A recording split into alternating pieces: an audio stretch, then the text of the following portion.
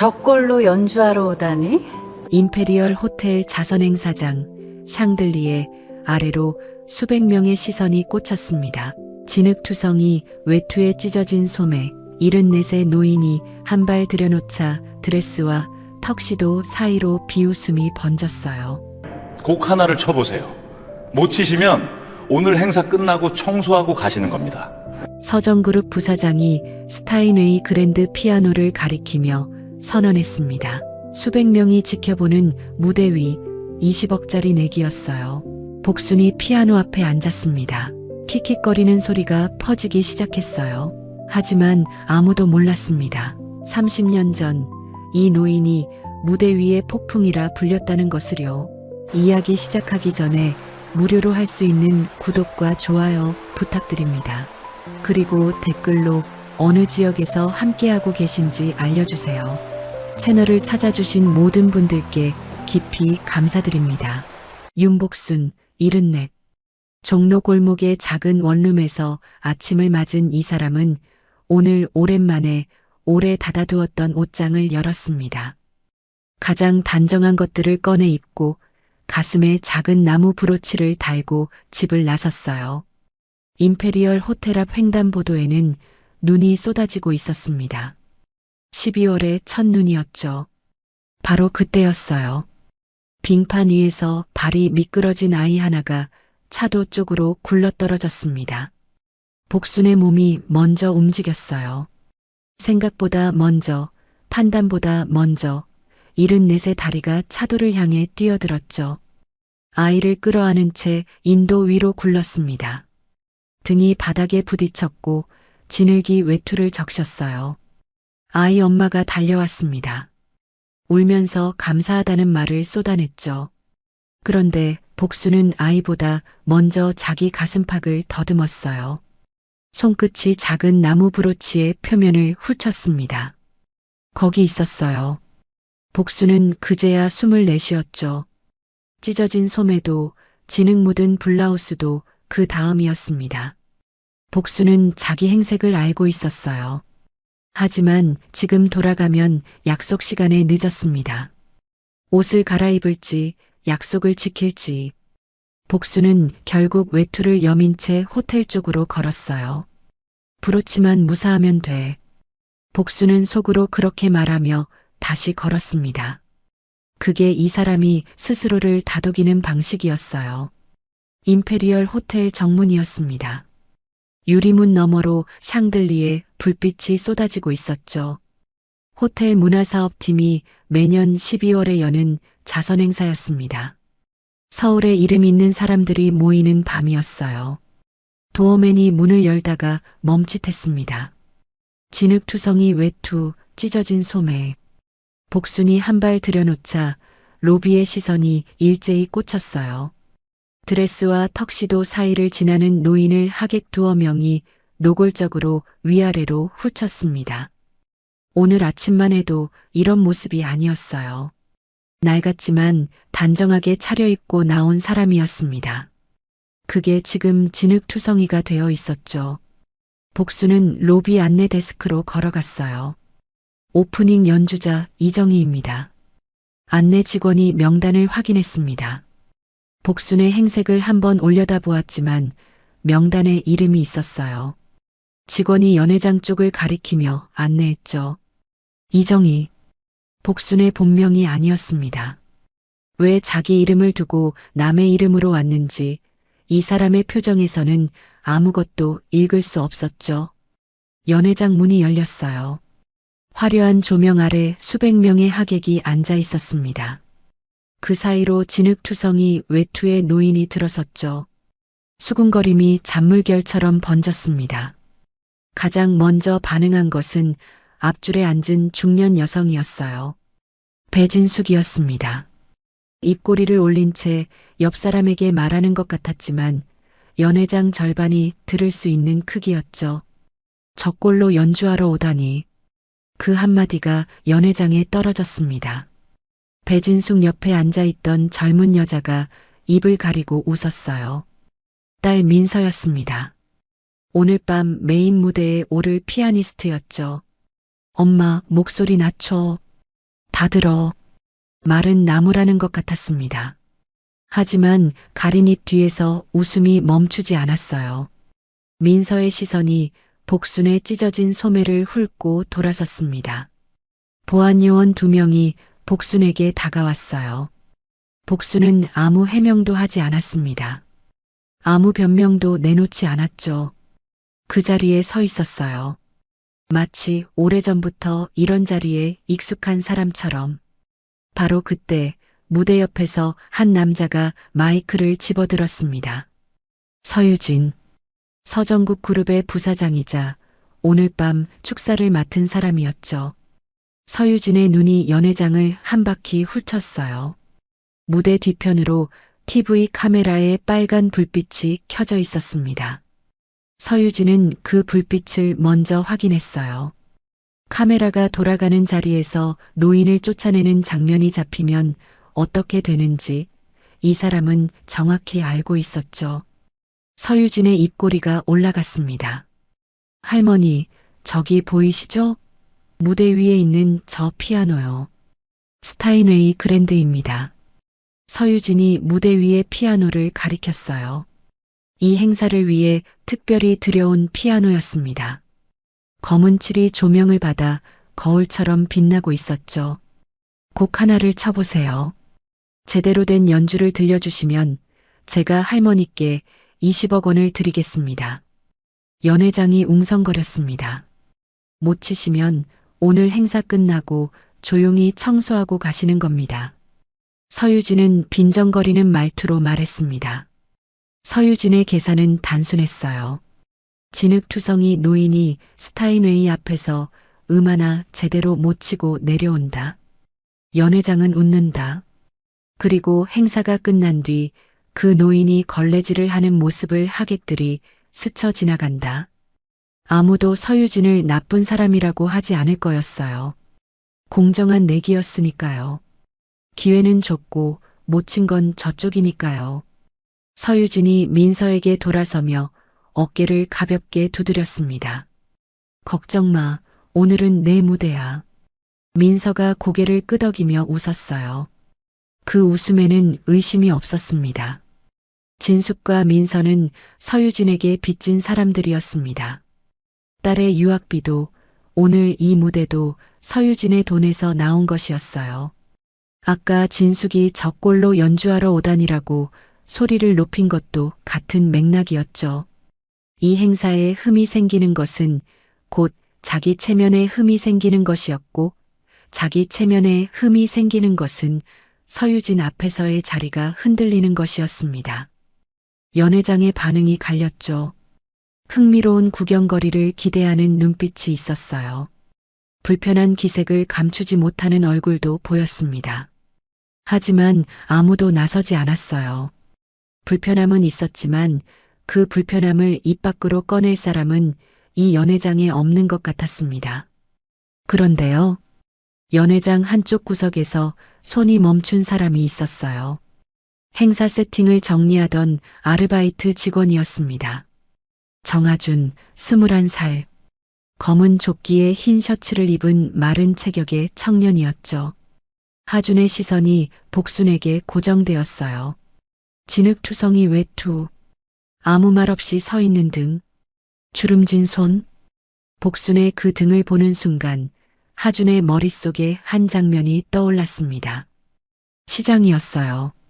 비가 오는 날이었죠. 좌판 위에 과일을 늘어놓고 지나가는 손님에게 허리를 숙이던 할머니의 등이 있었습니다. 하준을 키워주셨던 할머니였어요. 부모 대신 밥을 차려주고 겨울이면 자기 이불을 덮어주던 사람이었죠. 가게를 접고 요양원에 들어간 뒤 하준이 마지막으로 찾아갔을 때 할머니는 하준의 손을 잡았습니다. 우리 하준이가 이렇게 컸어. 그 손의 감촉이 아직 남아 있었어요. 마르고 거칠고 그런데도 따뜻했던 손. 세상에서 자기를 이름 불러준 유일한 손이었습니다. 지금 저 등 위에 할머니의 등이 겹쳐지고 있었어요. 하준이 앞으로 나섰습니다. 이건 아닙니다. 연회장이 조용해졌어요. 어르신한테 이러시면 안 됩니다. 21살 아르바이트 직원의 목소리가 샹들리에 아래에서 울렸습니다. 드레스와 턱시도 사이에서 검은 조끼와 흰 셔츠가 홀로 서 있었죠. 그런데 그 순간 아무도 보지 못한 것이 하나 있었습니다. 복순의 손가락이었어요. 허벅지 위에서 무의식적으로 움직이고 있었습니다. 건반을 짚는 동작이었죠. 30년간 피아노를 치지 않은 손이 몸이 기억하는 대로 허공 위의 건반을 누르고 있었어요. 서유진의 선언이 끝난 뒤에도 연회장의 웅성거림은 가라앉지 않았습니다. 복수는 그 소리들 사이에 서 있었어요.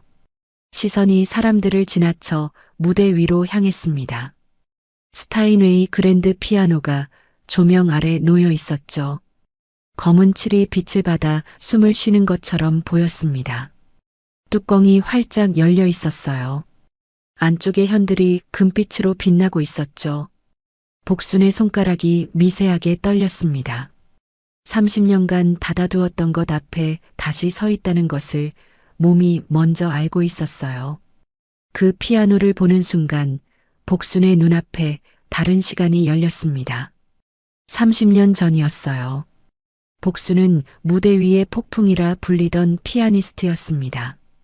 해외 콩쿠르 무대 위에서 연주를 마치면 객석이 일어섰죠. 조명이 쏟아지는 무대 위에서 고개를 숙이면 객석 한가운데에 항상 같은 얼굴이 앉아 있었어요. 남편 박영수였습니다. 박수를 치면서 웃고 있는 사람. 콩쿠르가 끝난 뒤풀이에서 잘했어가 아니라 배고프지? 라고 물었던 사람이었죠. 복순이 웃었고 남편도 웃었습니다. 그게 이 두 사람의 방식이었어요. 남편은 손재주가 있는 사람이 아니었어요. 그런 사람이 나무를 깎기 시작했습니다. 며칠을 걸려서 만든 것이 손바닥보다 작은 브로치 하나였죠. 칼자국이 고르지 않았고 모양도 삐뚤었어요. 하지만 한 칼 한 칼에 정성이 새겨져 있었습니다. 당신이 스타인웨이 피아노로 연주하는 거 한번 보고 싶다. 영수가 브로치를 달아주며 한 말이었어요. 복순이 웃으며 대답했죠. 언젠가 꼭 그러자고. 스타인웨이 그랜드 앞에 앉아서 당신만을 위해 한 곡 치겠다고. 그 약속은 지켜지지 못했습니다. 콩쿠르 기간이었어요. 복순이 해외 무대에 서 있던 그 시간, 남편은 쓰러졌습니다. 뇌출혈이었죠. 주변 사람들이 복순에게 연락하려 했어요. 그런데 극심한 두통 속에서 박영수가 말했습니다. 복순이한테 연락하지 마. 연주 끝날 때까지 기다려. 쓰러지는 순간에도 이 사람이 지키려 한 것은 아내의 무대였어요. 자기 목숨보다 복순의 연주가 끊기지 않는 것을 골랐습니다. 그게 영수라는 사람이었죠. 복순이 연주를 마치고 병원에 도착했을 때 남편의 손은 이미 차가웠어요. 복순이 그 손을 잡았습니다. 따뜻해지지 않는 손이었죠. 얼마나 오래 잡고 있었을까요? 아무리 잡아도 그 손은 돌아오지 않았습니다. 집에 돌아온 복순이 한 일은 피아노 뚜껑을 닫는 것이었어요. 내가 치는 동안 그 사람이 쓰러져 있었다. 그 한 문장이 복순의 손을 묶었습니다. 피아노를 끄는 것이 아니었어요. 자기 자신을 벌한 것이었죠. 내가 건반 위에 손을 올리고 있는 동안 영수가 죽어가고 있었다는 것. 그것을 용서할 수 없었습니다. 뚜껑을 닫는 것이 복순이 자기에게 내린 형벌이었어요. 그 뒤로 30년이었습니다. 무대에 서지 않았어요. 건반을 만지지 않았죠. 무대 위에 폭풍이라는 이름을 지우고 본명조차 숨기고 살았습니다. 피아노가 있는 곳을 피했어요. 음악이 흘러나오는 가게 앞을 돌아서 걸었죠. 30년이라는 시간은 그렇게 흘렀습니다. 길고 조용한 침묵이었어요. 하지만 손가락만은 복순의 뜻을 따르지 않았습니다. 밥을 먹을 때, 멍하니 창밖을 볼 때, 복순의 손가락은 무의식적으로 테이블 위를 두드리고 있었어요. 건반 위를 움직이듯 허공을 짚는 그 손을 복순 자신은 알아차리지 못했습니다. 몸이 기억하고 있었어요. 머리가 닫아버린 문을 손가락이 두드리고 있었던 거죠. 지금 연회장의 소리가 다시 들려왔습니다. 하객들의 수군거림, 서유진의 여유로운 미소, 그것들이 복순의 등 뒤에 붙어 있었어요. 하지만 복순의 눈에는 그것들이 들어오지 않았습니다. 무대 위 스타인웨이 그랜드만이 보였어요. 남편이 보고 싶어 했던 피아노, 당신이 스타인웨이를 치는 걸 한번 보고 싶다고 했던 그 사람의 목소리가 조명 아래 놓인 검은 피아노 위에 얹혀 있는 것 같았습니다. 복순의 손가락이 떨리고 있었어요. 30년간 닫아두었던 뚜껑 앞에 다시 서 있다는 것을 머리보다 먼저 이 손이 알고 있었습니다. 피아노를 등진 지 30년이었습니다. 그런 복순이 왜 다시 건반 앞에 서려 한 걸까요? 이야기는 2주 전으로 거슬러 올라갑니다. 2주 전 종로의 한 복지관 식당이었습니다. 점심시간이었어요. 플라스틱 식판 위에 된장찌개와 나물 반찬이 올라와 있었죠. 노인들이 줄을 서서 배식을 받고 자리에 앉아 숟가락을 들었습니다. 복지관 원장 최영화는 식당 한쪽에서 그 풍경을 지켜보고 있었어요. 76의 남자였습니다. 허리가 꼿꼿했고 눈이 또렷했죠. 영환의 시선이 한 곳에서 멈추었습니다. 창가 자리에 혼자 앉아 있는 여자가 있었어요. 30년이라는 시간이 얼굴을 바꿔놓았지만 영환은 알아보았습니다. 윤복순이었어요. 이름을 감추고 자취를 감춘 사람이 복지관 식당에 앉아 있었죠. 영환은 말을 걸지 못했습니다. 며칠간 멀리서 지켜보기만 했어요. 그러다 발견한 것이 있었습니다. 복순의 손가락이었어요. 식사할 때, 멍하니 창밖을 볼 때 복순의 손가락이 테이블 위를 두드리고 있었습니다. 건반을 짚는 동작이었어요. 왼손 새끼손가락부터 엄지까지 순서대로 내려가고 오른손이 받아서 올라가는 움직임이었죠. 피아노를 치는 사람만이 할 수 있는 손놀림이었습니다. 30년간 피아노를 끄는 사람의 손이 본인도 모르게 여전히 치고 있었어요. 머리가 닫아버린 문을 손가락이 두드리고 있는 거였죠. 영화는 피아니스트였습니다. 그 손이 뭘 하고 있는지 한눈에 알 수 있었어요. 그리고 그것을 보는 순간 영환 안에서 30년 묵은 것이 풀려나오기 시작했습니다. 은퇴 독주회였어요. 영환이 무대에서 마지막 연주를 하던 날이었죠. 프로그램 중간에 게스트 순서가 있었습니다. 영환이 직접 부탁해서 넣은 자리였어요. 복순이 무대에 올라 한 곡을 쳐주는 것. 그게 영환이 바랐던 전부였습니다. 복순의 차례가 왔어요. 영환이 마이크 앞에서 복순의 이름을 불렀습니다. 객석이 박수를 치며 기다렸죠. 아무도 나오지 않았습니다.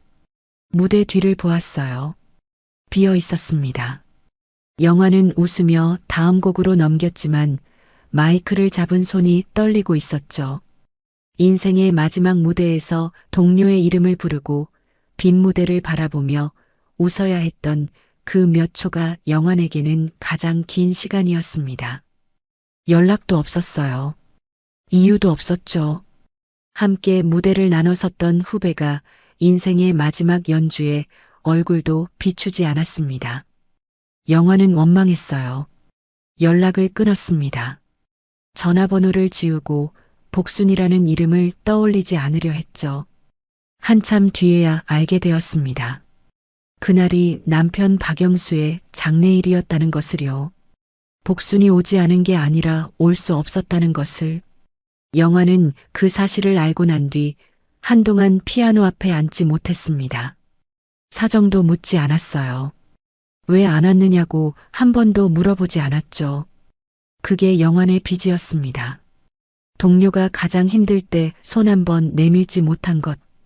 30년이 지나도 갚지 못한 빚이었어요. 그런데 복순도 빚이 있었습니다. 은퇴 독주회에 가지 못한 것. 연락 한 통 하지 못한 것. 남편을 보내고 피아노를 닫고 이름을 숨기고 사는 동안에도 복수는 그것을 가슴에 안고 있었어요.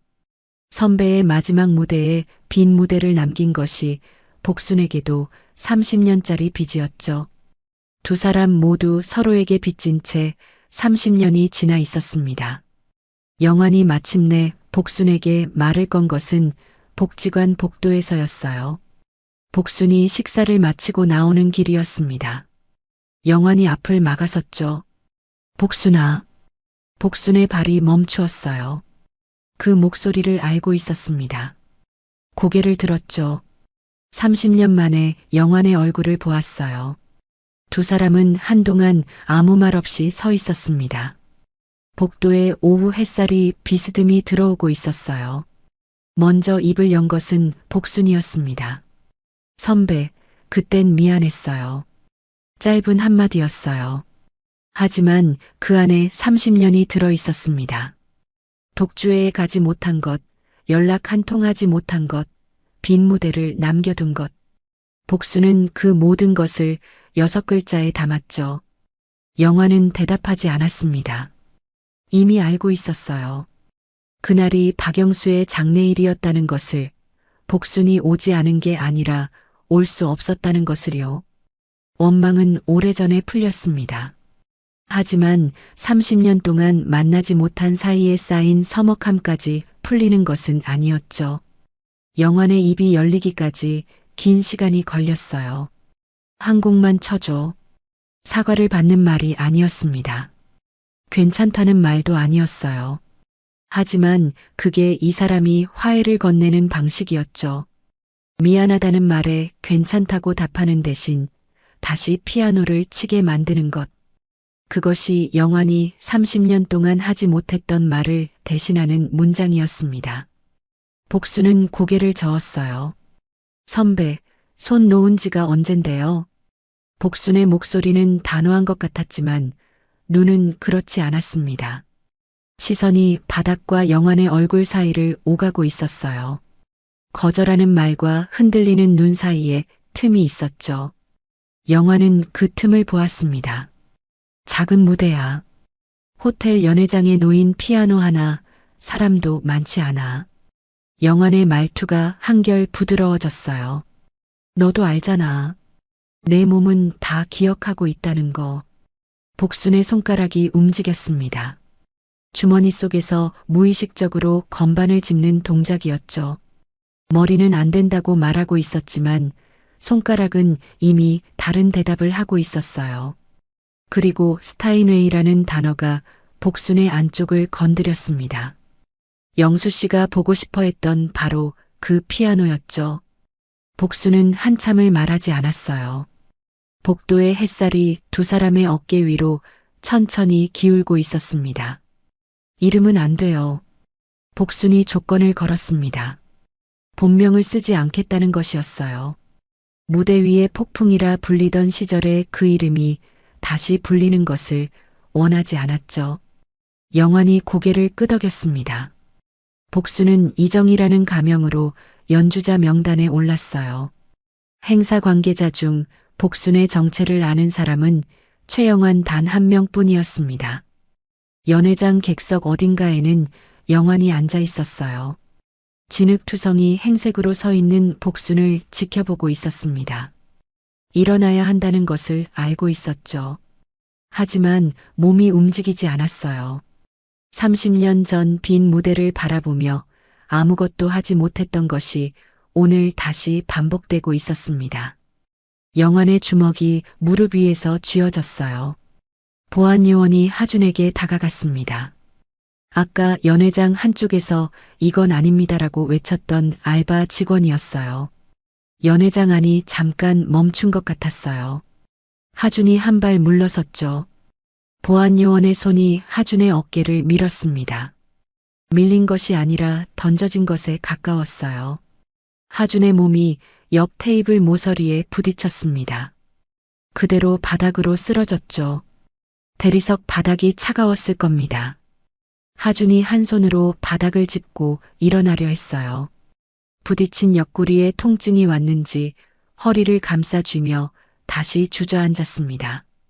연회장의 하객들이 그 장면을 보았어요. 21살의 아르바이트 직원이 대리석 바닥 위에 쓰러져 있었죠. 누군가는 고개를 돌렸습니다. 누군가는 물잔을 들어 입에 가져갔어요.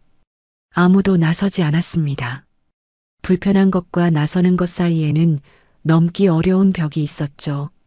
오늘 밤 복순 다음으로 무대에 오를 피아니스트 민서가 하준 쪽을 흘깃 보았어요.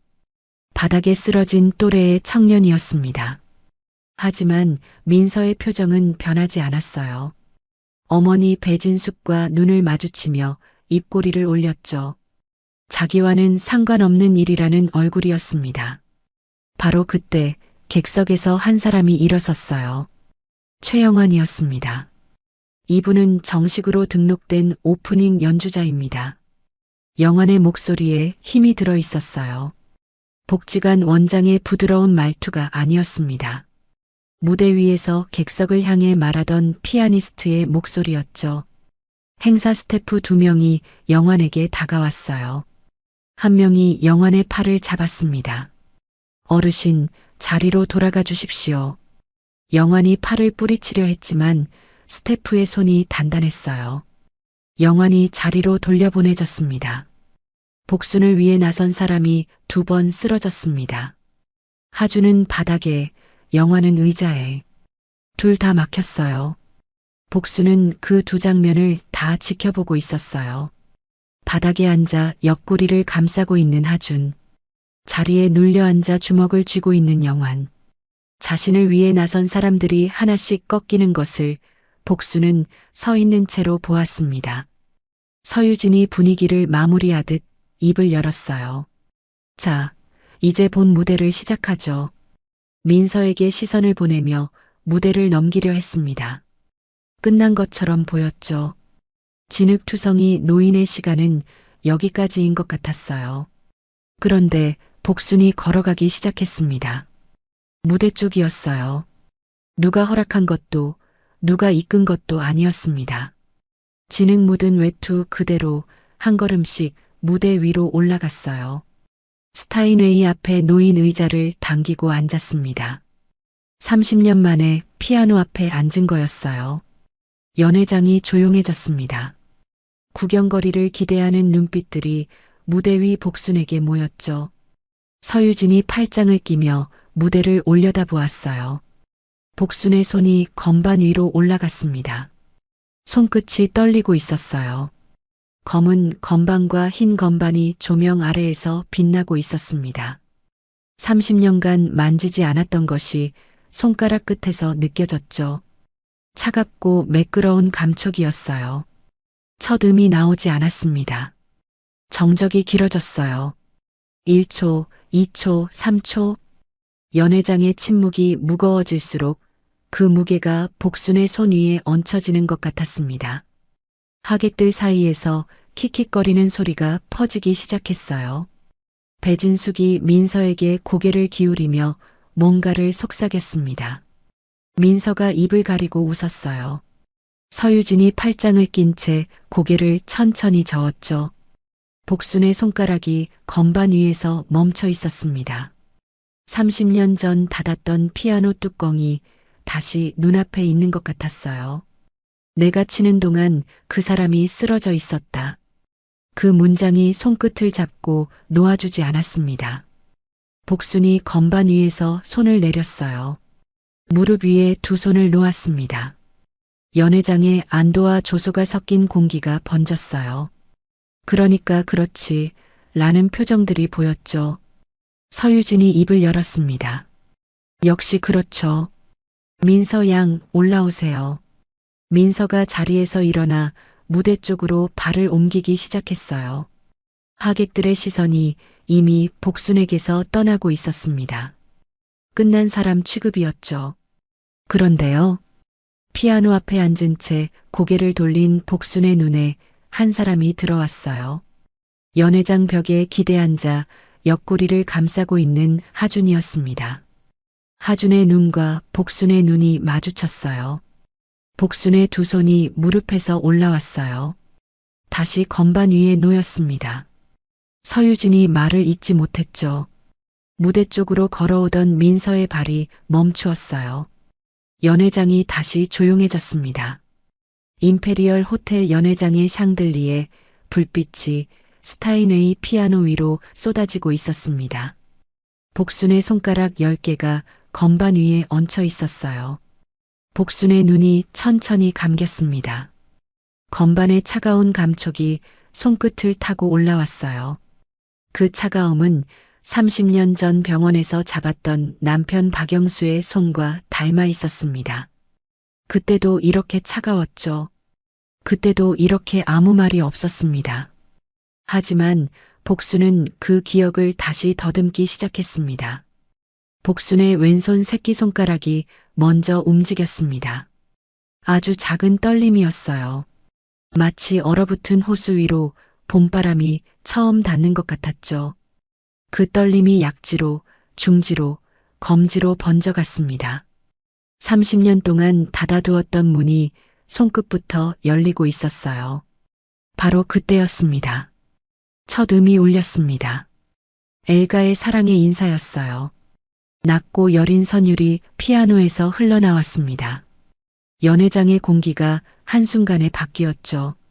마치 겨울 창문을 열었는데 봄 냄새가 밀려드는 것처럼 그 음악은 아무도 예상하지 못한 방향에서 왔습니다. 복순의 손가락은 건반 위를 걸어갔습니다. 서두르지 않았어요. 급하게 달리지도 않았습니다. 누군가에게 편지를 쓰듯 한 음 한 음 또박또박 눌러나갔죠. 그 편지의 수신인은 단 한 사람이었습니다. 세상을 떠난 남편 박영수였어요. 진흙 묻은 외투 소매가 건반 위에서 흔들렸습니다. 찢어진 실밥이 조명 아래 드러났죠. 하지만 아무도 그것을 보지 않았습니다. 아니, 볼 수가 없었어요. 이 연회장을 가득 채운 것은 옷차림이 아니라 음악이었습니다. 한 사람의 30년이 건반 위에서 풀려나오고 있었죠. 복수는 연주하면서 남편의 얼굴을 떠올렸습니다. 박영수는 음악을 몰랐어요. 악보를 읽지 못했고 클래식과 대중가요의 차이도 잘 몰랐습니다. 그런데도 복순의 연주회에는 빠지지 않았죠. 항상 객석 3번째 줄, 왼쪽에서 2번째 자리였습니다. 왜 항상 그 자리냐고 물으면 이렇게 대답했어요. 거기서 보면 당신 손이 제일 잘 보여. 복순의 입술이 미세하게 떨렸습니다. 음악은 흔들리지 않았어요. 손가락은 기억하고 있었습니다. 30년을 멈춰 있었지만 손끝에 새겨진 이 곡만큼은 지워지지 않았죠. 이 곡은 복순이 박영수에게 처음 들려준 곡이었습니다. 결혼 전 작은 연습실에서 둘만 있던 저녁이었어요. 그날 영수는 나무 의자에 앉아 한마디도 하지 않았습니다. 곡이 끝나고도 한참을 가만히 있었죠. 복순이 어땠어요? 라고 물었을 때 영수는 고개를 숙인 채 이렇게 말했어요. 나는 당신이 치는 피아노가 무슨 곡인지 모르겠어. 근데 듣고 있으면 괜찮아져. 그게 박영수라는 사람이었습니다. 말은 서툴렀지만 그 서투름이 진심이었죠. 연회장의 앞줄에서 누군가 고개를 숙였습니다. 중년의 남성이었어요. 넥타이를 고쳐 매며 눈가를 훔치고 있었습니다. 그 옆에 앉은 여성도 입술을 꽉 물고 있었죠. 무대 위에서 흘러나오는 음악이 각자의 기억을 건드리고 있었습니다. 누구에게는 돌아가신 어머니의 목소리였을 테고 누구에게는 다시 돌아갈 수 없는 어떤 저녁이었을 겁니다. 배진숙은 더 이상 민서에게 속삭이지 않았습니다. 팔짱을 낀 채 입술을 굳게 다물고 있었어요. 민서는 어머니의 팔을 잡고 있던 손을 슬며시 내렸습니다. 무대 위 복순의 손가락을 바라보고 있었죠. 민서의 눈동자가 흔들리고 있었습니다. 그 흔들림이 무엇인지 민서 자신도 아직 몰랐을 겁니다. 서유진은 팔짱을 풀지 않았습니다. 하지만 아까와는 달랐어요. 아까는 비웃음이었고 지금은 경직이었습니다. 입꼬리가 올라가지 않았죠. 스타인웨이에서 이런 소리가 나올 줄은 예상하지 못한 얼굴이었습니다. 복순의 연주가 중반을 넘기고 있었습니다. 선율은 조금씩 깊어졌어요. 처음에는 봄바람 같던 음악이 이제는 깊은 강물처럼 흘러갔습니다. 복순의 등이 미세하게 앞으로 기울었죠. 온몸의 무게를 건반에 실어주고 있었습니다. 이 사람에게 피아노는 악기가 아니었어요. 남편에게 닿을 수 있는 유일한 통로였습니다. 객석 뒤편에서 하준이 벽에 등을 기댄 채 듣고 있었습니다. 보안요원에게 밀려 넘어진 어깨가 아직 욱신거렸죠. 하지만 하준은 아픔을 잊고 있었어요. 저 무대 위에 할머니가 치는 피아노가 자기를 키워준 할머니의 콧노래와 겹쳐 들렸기 때문입니다. 하준의 눈가가 붉어지고 있었습니다. 얼마나 시간이 흘렀을까요? 음악이 마지막 소절로 향하고 있었습니다. 복순의 오른손이 높은 음을 짚었어요. 맑고 가는 소리였습니다. 마치 먼 곳에서 누군가를 부르는 목소리 같았죠. 복순은 마지막 음을 누른 채 손가락을 건반 위에 머물게 했습니다. 소리가 사라지고 연회장은 다시 고요해졌어요. 복순은 눈을 뜨지 않았습니다. 건반 위에 올린 손을 거두지도 않았어요. 가슴에 달린 나무 브로치가 조명 아래에서 희미하게 빛나고 있었습니다.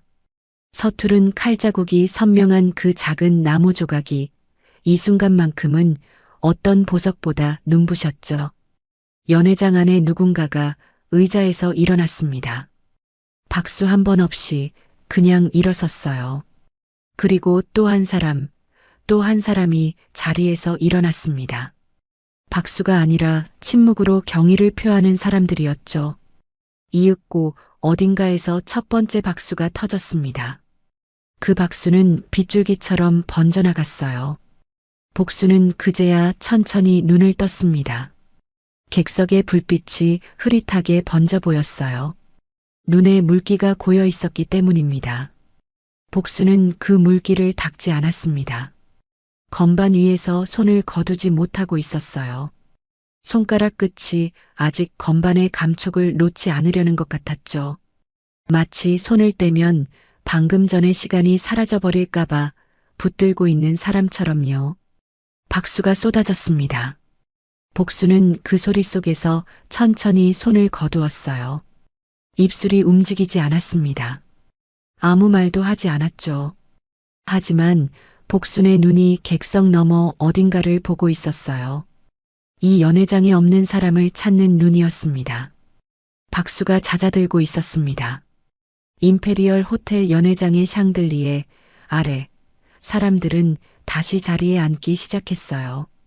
누군가는 눈가를 훔쳤고 누군가는 헛기침을 했습니다. 방금 전까지 가슴을 적셨던 감동을 어떻게 처리해야 할지 모르는 얼굴들이었죠. 하지만 무대 위의 복수는 아직 건반 앞에 앉아 있었습니다. 눈을 감은 채 손을 무릎 위에 내려놓고 있었어요. 바로 그때였습니다. 복순의 어깨가 천천히 펴졌습니다. 구부러져 있던 등이 한 뼘쯤 높아졌어요. 마치 오랫동안 짊어졌던 짐을 내려놓은 사람이 다시 무언가를 집어 올리는 것 같았죠. 복순의 두 손이 건반 위로 돌아왔습니다. 이번에는 아까와 달랐어요. 손끝이 떨리지 않았습니다. 복순의 왼손이 낮은 건반을 힘껏 내리쳤습니다. 차이콥스키 피아노 협주곡 1번의 첫 화음이었어요. 연회장의 공기가 통째로 뒤집혔습니다. 아까의 연주가 봄바람이었다면 이 음악은 겨울 벌판을 가르는 칼바람이었죠. 복순의 손가락이 건반 위를 내달리기 시작했습니다. 이건 편지가 아니었어요. 이건 외침이었습니다. 30년 동안 복순이 삼켜왔던 것들이 건반 위로 쏟아지고 있었죠. 남편의 장례식 날 치지 못했던 영환의 무대, 그 뒤로 이어진 침묵의 세월, 복지관 식당에서 홀로 밥을 먹던 수천 번의 점심, 그 모든 것이 음표가 되어 터져나오고 있었습니다. 복순의 등이 앞으로 숙여졌다가 뒤로 젖혀졌어요. 온몸이 피아노와 하나가 된 것처럼 움직였습니다. 진흙 묻은 외투의 소매가 건반 위에서 펄럭였습니다. 찢어진 실밥 사이로 복순의 팔뚝이 보였어요. 가늘고 마른 팔이었습니다. 하지만 그 팔에서 나오는 소리는 연회장 전체를 눌렀죠. 스타인웨이 그랜드 피아노가 처음으로 제 목소리를 낸 것 같았습니다.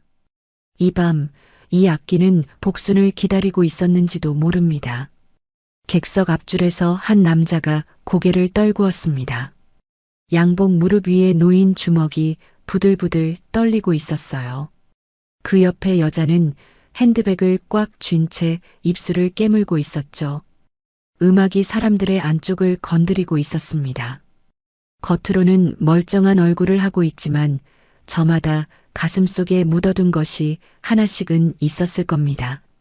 복순의 차이콥스키는 바로 그 묻어둔 것을 꺼내고 있었어요. 배진숙의 표정이 달라지고 있었습니다. 아까까지 팔짱을 끼고 입을 다물고 있던 사람이었죠. 그런데 지금은 팔짱이 풀려 있었어요. 두 손이 무릎 위에 가지런히 놓여 있었습니다. 고개가 조금씩 숙여지고 있었어요. 처음으로 무대 위에 복순을 올려다보지 않았습니다. 내려다보는 사람이 아니라 받아들이는 사람의 자세였죠. 민서는 어머니 옆에서 입을 반쯤 벌린 채 무대를 보고 있었습니다. 아까 복순을 보며 킥킥거리던 얼굴이 아니었어요. 두 눈이 크게 열려 있었고 손끝이 자기 무릎을 꾹 누르고 있었습니다. 민서는 피아노를 치는 사람이었죠. 그렇기에 저 무대 위에서 벌어지고 있는 일이 무엇인지 누구보다 정확하게 알고 있었을 겁니다. 자신이 넘을 수 없는 벽이 건반 위에서 울리고 있다는 것을요. 서유진은 팔짱을 풀지 못하고 있었습니다. 아까의 경직과도 달랐어요. 이번에는 팔짱이 자기 몸을 감싸는 것처럼 보였습니다. 방패였죠? 20억이라는 숫자로 무대를 장악했다고 믿었던 사람이 지금 그 무대에 올라선 노인에게 압도당하고 있었습니다. 서유진의 턱이 미세하게 떨렸어요. 하지만 그것을 눈치챈 사람은 아무도 없었습니다. 연회장 한쪽 구석에서 빨간 불빛이 켜져 있었습니다. 방송 카메라였어요. 처음에는 행사 기록용으로 돌리던 카메라였죠. 그런데 지금은 감독이 손짓으로 줌을 당기라는 신호를 보내고 있었습니다. 화면 아래에 자막이 떴어요. 신원불명의 노인 피아니스트, 압도적 연주. 이름은 이정이라고 적혀 있었습니다. 진짜 이름이 아니었죠. 하지만 그 가짜 이름 아래에서 진짜 사람이 연주하고 있었습니다. 얼마나 시간이 흘렀을까요? 음악이 정점을 향해 치달았습니다. 복순의 오른손이 높은 음역을 찢듯 올라갔어요. 왼손은 낮은 음역에서 땅을 울리듯 내려쳤습니다. 두 손이 건반의 양쪽 끝을 동시에 붙잡고 있었죠. 마치 세상의 양 끝을 한 사람이 안고 있는 것 같았습니다. 소리가 커졌어요. 연회장의 샹들리에가 미세하게 흔들릴 만큼 피아노의 울림이 천장까지 닿고 있었습니다. 복순의 눈이 감겨 있었습니다. 하지만 이번에는 슬픔이 아니었어요. 눈을 감은 얼굴 위로 무언가 단단한 것이 자리 잡고 있었습니다. 30년 동안 자기에게 가한 형벌을 이 밤 스스로 풀어내는 사람의 얼굴이었죠.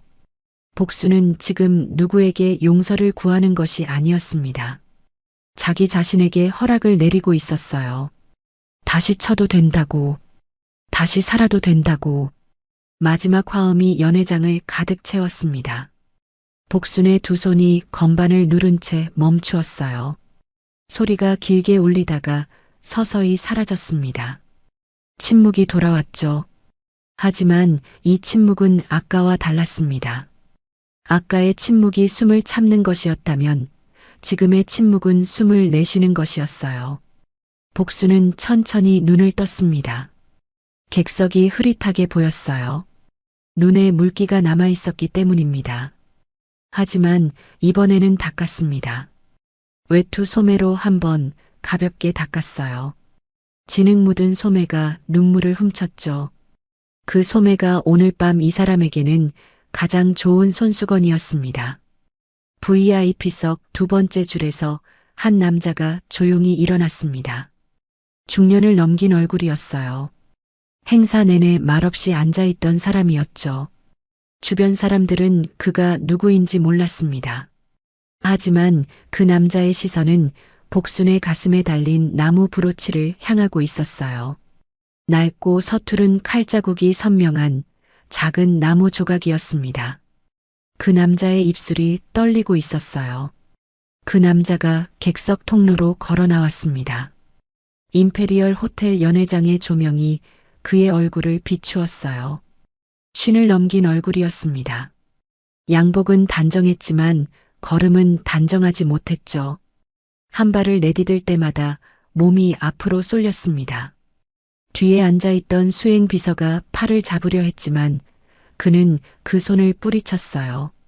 연회장의 시선이 일제히 통로로 쏠렸습니다. 방금 전까지 무대 위에 복순을 보던 눈들이었죠. 서유진의 얼굴에서 색이 빠졌어요. 통로를 걸어 나오는 남자의 얼굴을 알아본 순간이었습니다. 서정국 그룹의 회장이었어요. 서유진의 아버지였죠. 그런데 그 아버지가 지금 통로를 걸어 무대로 향하고 있었습니다. 서유진이 자리에서 반쯤 일어났어요. 하지만 아버지는 아들 쪽을 보지 않았습니다. 서정국의 눈은 오직 한 곳만 향하고 있었죠. 무대 위에 앉아있는 복순의 가슴이었습니다. 정확히는 거기 달린 나무 브로치였어요. 서정국이 무대 앞에 멈춰 섰습니다. 무대와 객석 사이의 세 계단이 그 앞에 놓여 있었어요. 그는 계단을 올랐습니다. 천천히 한 칸씩 올랐죠. 보안 요원 2명이 다가왔지만 서유진이 손을 들어 제지했습니다. 아버지를 막을 수는 없었어요. 아들로서가 아니라 이 자리에서 그를 막을 사람은 아무도 없었습니다. 서정국이 복순 앞에 섰습니다. 두 사람 사이의 거리는 한 팔 정도였어요. 복순은 건반 위에서 손을 내린 채 고개를 들었습니다. 눈에 남아있던 물기가 아직 마르지 않았죠. 서정국의 시선이 복순의 얼굴을 훑지 않았습니다. 그의 눈은 처음부터 끝까지 브로치에 머물러 있었어요. 낡은 나무 조각이었습니다. 칼자국이 서투르고 모서리가 고르지 않았죠. 광택도 없었어요. 하지만 조명 아래에서 나뭇결이 드러나 있었습니다. 오래 만진 사람의 손때가 묻어있는, 그래서 오히려 빛나는 나무였어요. 서정국의 입술이 열렸습니다. 하지만 소리가 바로 나오지 않았어요. 입술이 2번 떨린 뒤에야 말이 새어나왔습니다. 그 브로치, 목소리가 갈라져 있었죠. 선생님이 항상 달고 계시던. 복순의 눈이 커졌습니다. 선생님이라는 말이 귀에 닿자 복순의 손이 무의식적으로 브로치를 감쌌어요. 이 브로치를 보고 선생님이라 부를 사람은 세상에 많지 않았습니다. 바로 그때였어요. 서정국의 기억 속에서 한겨울의 보육원이 열렸습니다. 종로 끝자락의 낡은 건물이었죠. 토요일마다 한 여자가 보육원에 왔어요. 젊은 여자였습니다. 머리를 단정하게 묶고 가슴에 작은 나무 브로치를 달고 있었죠. 그 여자는 정국 옆에 앉아 한글을 가르쳤습니다. 기역, 니은, 디귿부터 시작했어요. 정국이 글자를 틀리면 지우개로 지워주었고 마치면 머리를 쓰다듬어 주었습니다. 정국은 그 손이 좋았어요. 따뜻하고 부드럽고 서두르지 않는 손이었죠. 어느 토요일 정국이 글자를 쓰다 말고 연필을 내려놓았습니다. 선생님, 나는 커서 뭐가 될 수 있어요? 보육원 아이가 그런 질문을 하는 건 드문 일이었어요. 대부분은 묻기 전에 포기하니까요. 그 여자는 연필을 집어 정국의 손에 다시 쥐어주었습니다. 넌 뭐든 될 수 있어. 한 번도 들어본 적 없는 말이었어요. 정국은 그 말을 믿었습니다. 이 사람이 말하면 진짜인 것 같았거든요. 이 아이에게 토요일은 일주일 중 유일하게 누군가를 기다리는 날이었죠. 그러다 어느 토요일 그 여자가 오지 않았습니다. 다음 주에도 그 다음 주에도 오지 않았어요. 정국은 복도 끝 창가에 앉아 기다렸습니다. 한 달을 기다렸죠. 하지만 문은 열리지 않았어요. 아무도 설명해 주지 않았습니다. 왜 선생님이 안 오는지, 어디로 갔는지 정국은 물어볼 곳이 없었어요. 그게 보육원이라는 곳이었죠. 떠나는 사람에게 이유를 물을 수 없는 곳이었습니다. 정국은 보육원을 나온 뒤에도 그 사람을 잊지 못했어요. 사업을 일으키고 이름이 알려지고 사람을 쓸 수 있게 된 뒤 가장 먼저 한 일이 그 선생님을 찾는 것이었습니다. 수소문했어요. 보육원 기록을 뒤졌고 사람을 보내 종로 일대를 돌았죠. 하지만 찾을 수 없었습니다. 그 여자는 이사를 반복하며 연락처를 끊고 살고 있었어요. 여러분, 그 여자가 오지 않은 날이 바로 남편 박영수의 장례식 다음 날이었어요. 복수는 남편을 잃고 피아노를 닫았습니다. 그리고 보육원에도 가지 못했어요. 자기가 누군가를 가르칠 자격이 있는지, 누군가에게 웃어 보일 힘이 남아 있는지 알 수 없었죠. 복수는 모든 문을 닫았습니다. 피아노 뚜껑도, 보육원 현관문도, 자기 이름까지도요. 서정국이 입을 열었습니다. 무대 위의 조명이 두 사람을 동시에 비추고 있었죠. 선생님, 저 정국이에요. 목소리가 떨리고 있었습니다. 보육원에서 한글 가르쳐 주시던 정국입니다. 복순의 눈이 천천히 넓어졌어요. 입술이 달싹거렸지만 소리가 나오지 않았습니다. 이 사람의 앞에 서 있는 양복 차림의 남자와 기억 속 복도 끝 창가의 아이가 겹쳐지고 있었죠. 복순의 손이 브로치에서 떨어지지 않았습니다. 정국아, 겨우 두 글자였어요. 하지만 그 두 글자 안에 30년이 들어 있었습니다. 미안함과 반가움과 차마 말로 만들 수 없는 것들이 뒤엉켜 있었죠. 서정국이 허리를 깊이 숙였습니다. 그리고 복순의 손을 두 손으로 잡았어요. 주름진 손이었습니다. 아까 건반 위에서 30년의 침묵을 깨뜨린 손이었죠. 서정국은 그 손을 이마에 가져다 대었습니다.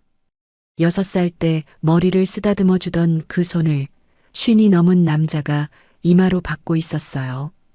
연회장이 다시 고요해졌습니다. 방송 카메라의 빨간 불빛이 여전히 켜져 있었죠. 화면 아래에 자막 이정이라는 이름이 아직 남아 있었습니다.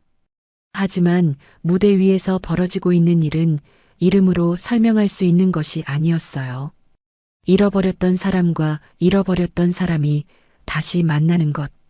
그것은 어떤 자막으로도 담을 수 없는 장면이었습니다. 서정국의 어깨가 떨리고 있었어요. 소리 없이 울고 있었습니다. 복수는 잡힌 손을 빼지 않았죠.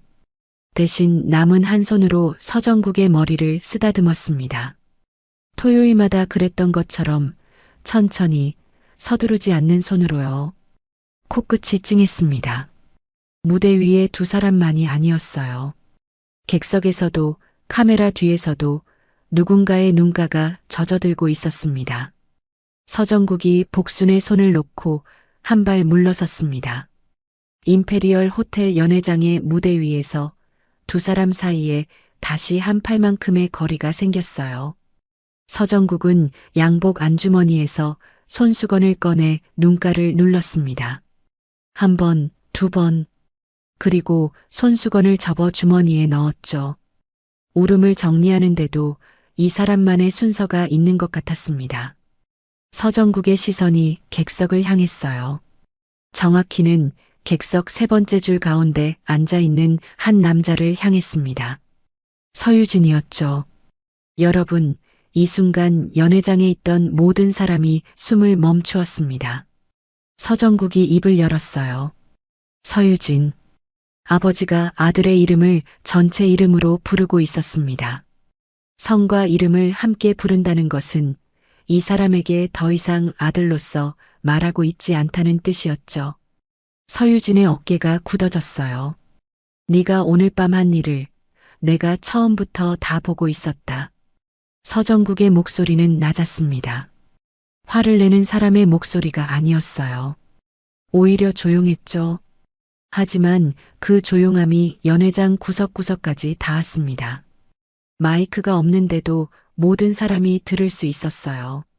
분노가 일정한 선을 넘으면 오히려 고요해진다는 것을 이 연회장의 사람들은 이 밤 처음 알게 되었을 겁니다. 어르신에게 진흙 묻은 옷으로 무대에 서게 하고 못 치면 청소를 시키겠다고 했어. 서유진이 자리에서 일어났습니다. 양복 단추를 여미는 손이 떨리고 있었어요. 아버지, 이건 행사의 흥을 위해서 한 것이지 그런 의도가 아니었습니다. 바로 그때였어요. 입 닥쳐. 서정국의 두 글자가 연회장을 잘랐습니다. 서유진의 입이 닫혔어요. 아버지에게 이런 말을 들어본 적이 있었는지 서유진의 얼굴이 하얗게 변했습니다. 주먹을 쥐었다 펴기를 반복했죠. 그것이 이 사람에게 남은 마지막 버팀이었을 겁니다. 주먹이라도 쥐지 않으면 무릎이 꺾일 것 같은 얼굴이었어요. 부사장직을 내려놓아라. 오늘부로 모든 직함을 박탈한다. 서정국은 아들을 바라보지 않고 말했습니다. 객석을 향해 서 있었지만 눈은 어딘가 먼 곳을 보고 있었죠. 아들을 해임하는 아버지의 얼굴에는 분노만 있는 것이 아니었어요. 거기에는 자기가 만든 아들에 대한 실망이 뼈처럼 박혀 있었습니다.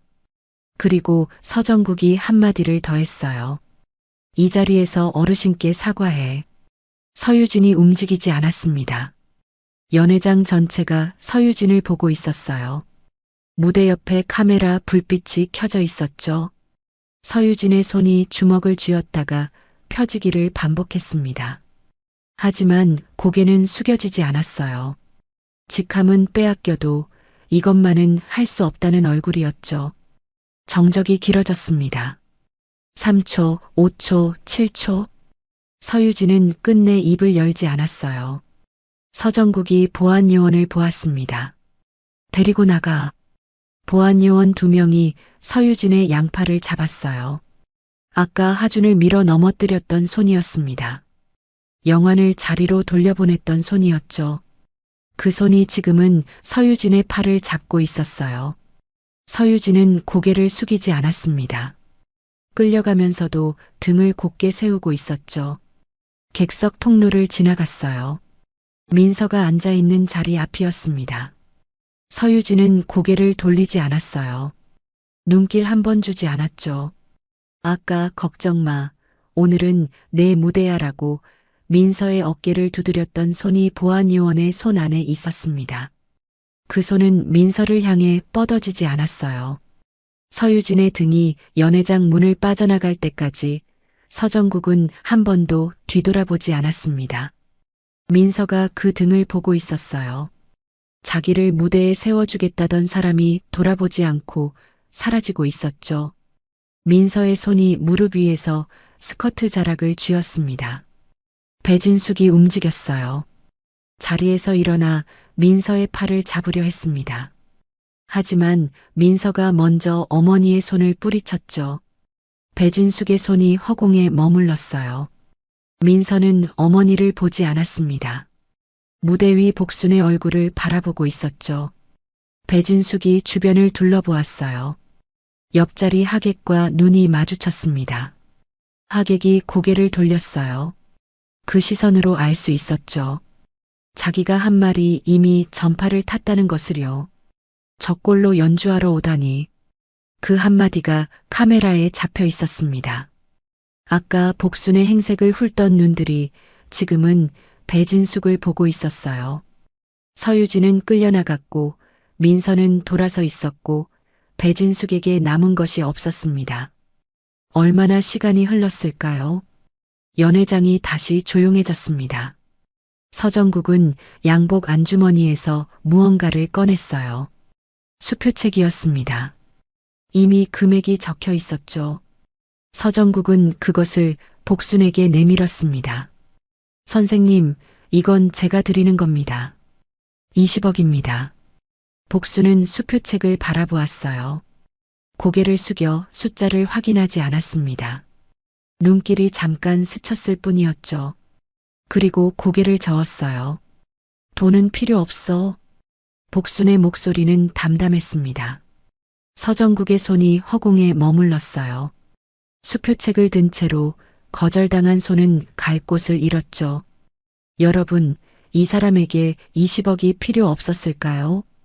그렇지 않았습니다.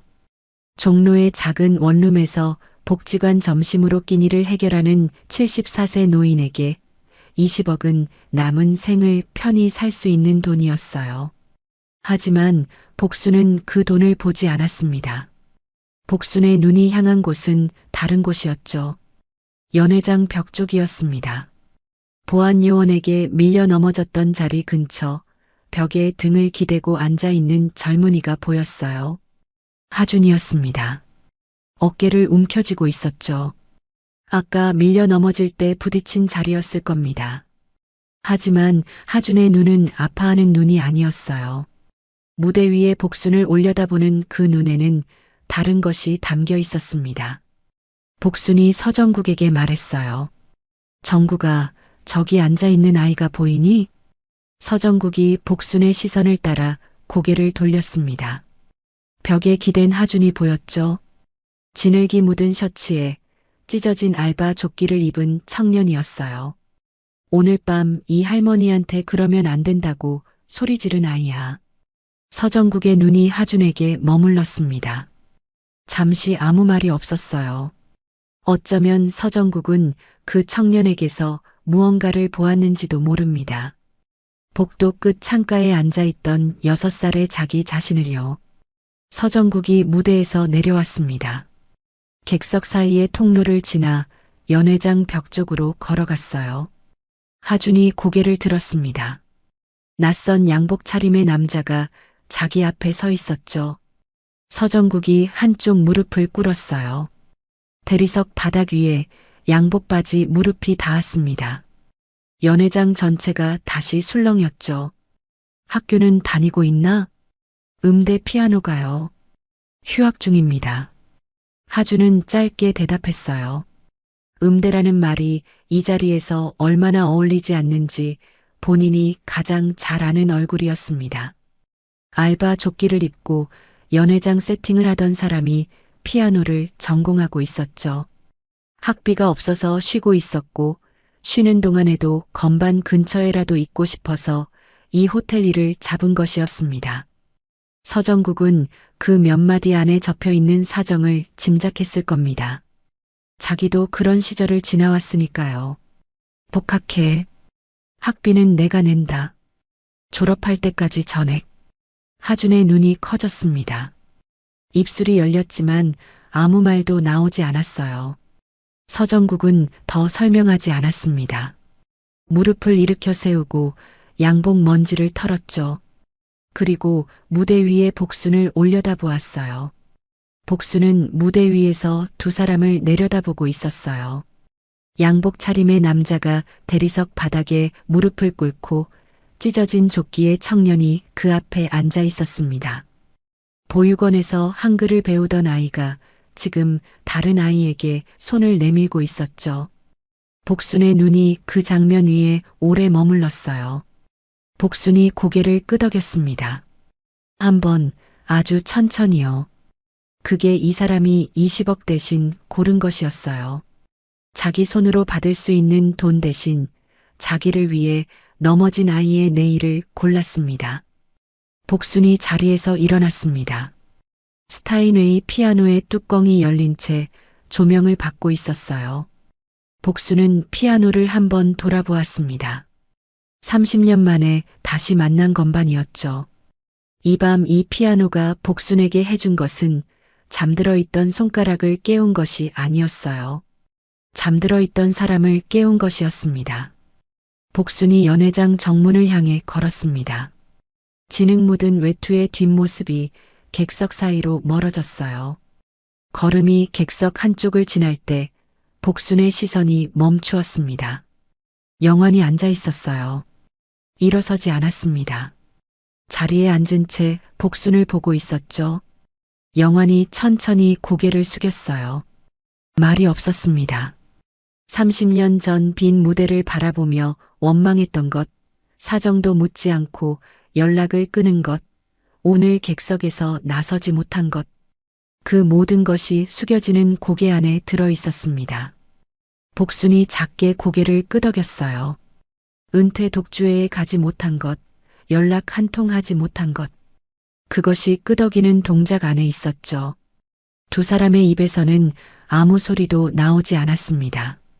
하지만 30년 동안 갚지 못한 빚이 이 한 번의 눈맞춤으로 끝나고 있었어요. 복순이 다시 걸었습니다. 같은 문이었어요. 들어올 때 시선과 수군거림 속을 걸었던 그 문이었죠. 지금 같은 외투를 입은 같은 사람이 그 문을 향해 걸어가고 있었습니다. 하지만 같은 사람이 아니었어요. 들어올 때의 침묵이 무시였다면 나갈 때의 침묵은 예의였습니다. 복수는 문 앞에서 걸음을 멈추었습니다. 가슴의 브로치를 한번 만졌어요. 서투른 칼자국이 손끝에 닿았습니다. 입술이 열리려다 닫혔어요. 이 사람은 아직 그 말을 소리내어 할 수 없었습니다. 브로치의 나뭇결이 로비의 불빛 아래에서 따뜻하게 빛나고 있었어요. 복수는 그 빛을 한번 내려다보았습니다. 그리고 문을 밀었죠. 복순이 문을 열고 나갔습니다. 12월에 찬 공기가 밀려들었어요. 눈은 그쳐 있었습니다. 들어올 때는 눈보라가 몰아쳤지만 나갈 때는 고요한 밤이었죠. 같은 외투를 입은 같은 사람이었습니다. 하지만 이 사람의 걸음이 달라져 있었어요. 어깨가 반뼘쯤 펴져 있었습니다. 그게 이 밤이 복순에게 남긴 것이었어요. 3년이라는 시간이 흘렀습니다. 복순의 원룸에 있던 업라이트 피아노의 뚜껑이 열려 있었어요. 30년 동안 닫혀 있던 뚜껑이었죠. 건반 위에는 매일 손이 닿은 흔적이 남아 있었습니다. 누렇게 변한 건반 사이사이가 다시 하얘지고 있었어요. 사람의 손이 매일 같은 자리를 만지면 낡은 것도 다시 빛이 납니다. 하준이 매주 토요일이면 이 집을 찾아왔습니다. 음대에 복학한 뒤에도 빠지지 않았죠. 어느 토요일 하준이 복순 앞에서 쇼팽을 쳤습니다. 손가락은 정확했고 박자도 틀리지 않았어요. 복순은 고개를 저었습니다. 다시 두 번째도 고개를 저었어요. 하준의 어깨가 내려앉았습니다. 뭐가 틀린 건지 모르겠습니다. 틀린 게 아니야. 네가 없는 거야. 복순이 하준의 옆에 앉았어요. 머리로 치는 피아노는 잊혀. 네가 살아온 게 음악이야. 하준은 그 말을 이해하지 못했습니다. 몇 주 동안 건반 앞에서 막혀 있었어요. 악보 없이 치라는 말에 손가락이 갈 곳을 잃었죠. 학교에서 배운 방식이 전부인 사람에게 악보 바깥에 음악은 없는 것이나 마찬가지였습니다. 복수는 재촉하지 않았어요. 안에서 열어야 하는 문이라는 것을 알고 있었습니다. 비가 오는 어느 토요일이었어요. 하준이 말했습니다. 보육원에서 겨울밤에 혼자 울었습니다. 소리 안 나게 이불 덮고 울었어요. 근데 할머니네 집에서는 안 울었습니다. 비가 오면 콧노래를 불러주셨거든요. 그 소리를 들으면 괜찮아졌어요. 복순이 낮은 음 하나를 눌렀어요. 그 기억을 쳐봐. 비 오는 날 그 할머니 옆에 있던 기분. 겨울밤 혼자 울던 그 방. 누가 손을 내밀어 줬을 때 괜찮아졌던 그 순간. 그걸 건반 위에 올려봐. 하준의 손가락이 건반 위에서 멈칫거렸어요. 한 음, 두 음. 서투르고 어울리지 않는 소리였습니다. 하지만 세 번째 음에서 어깨가 떨리기 시작했어요. 네 번째 음에서 눈물이 떨어졌습니다. 보육원의 차가운 방, 할머니의 콧노래, 따뜻했던 손, 건반에서 나는 소리가 음악이 되지 못해도 이 사람이 거기 있었어요. 아까 쇼팽을 칠 때는 없던 것이었죠. 복수는 옆에서 듣고 있었습니다. 끼어들지 않았어요. 고쳐주지도 않았죠. 이 젊은이가 처음으로 자기 이야기를 건반 위에 올려놓는 순간이었습니다. 그 토요일이 전환점이었어요. 하주는 그 뒤로 달라졌습니다. 음 하나를 누를 때마다 자기가 왜 이 음을 누르는지를 묻기 시작한 거였죠. 창밖으로 봄이 오고 여름이 지나고 낙엽이 지고 다시 눈이 내렸어요. 계절이 세 번 바뀌는 동안 하준의 손가락은 조금씩 자기 자리를 찾아갔습니다. 어느 겨울 토요일이었어요. 하준이 한 곡을 마쳤을 때 복수는 한참을 말하지 않았습니다. 그리고 천천히 고개를 끄덕였어요. 한 번 아주 천천히. 가르침이 끝나는 지점이었습니다. 이 사람의 손에서 나오는 소리가 더 이상 스승의 것이 아니라는 것을 복수는 알아보았어요. 이제 내 무대에 서야지. 서울예술이전당 콘서트홀이었습니다. 무대 위에 스타인웨이 그랜드 피아노가 2대 나란히 놓여 있었어요. 객석 2,000석이 가득 차 있었죠. 프로그램 표지에는 정하준 데뷔 독주에 특별 게스트 윤복순이라고 적혀 있었습니다. 이정희가 아니었어요. 진짜 이름이었죠. 더 이상 가명 뒤에 숨지 않겠다는 선택이었습니다. 하준이 왼쪽 피아노 앞에 앉았어요. 검은 정장을 입고 있었습니다. 알바 조끼를 입던 사람과 같은 사람이었죠. 오른쪽 피아노 앞에 복순이 앉았어요. 단정한 흰 블라우스에 검은 바지, 가슴에는 나무 브로치가 달려 있었죠. 서투른 칼자국이 선명한 낡은 나무 조각이었어요. 객석 5번째 줄에 영환이 앉아 있었습니다. 30년 전 자기의 은퇴 독주회에서 비어있던 객석이 있었죠. 오늘은 자기가 그 자리에 앉아 무대를 바라보는 사람이었습니다. 하준이 고개를 돌려 복순을 바라보았어요. 복순이 고개를 끄덕였습니다. 임페리얼 호텔에서 혼자 떨리는 손으로 첫 음을 내지 못했던 사람이었죠. 지금은 옆에 제자가 있었고 손은 떨리지 않았습니다. 2대의 피아노에서 동시에 첫 음이 울렸어요. 바흐의 골드베르크 변주곡이었습니다. 아리아의 첫 선율이 콘서트홀을 채웠어요.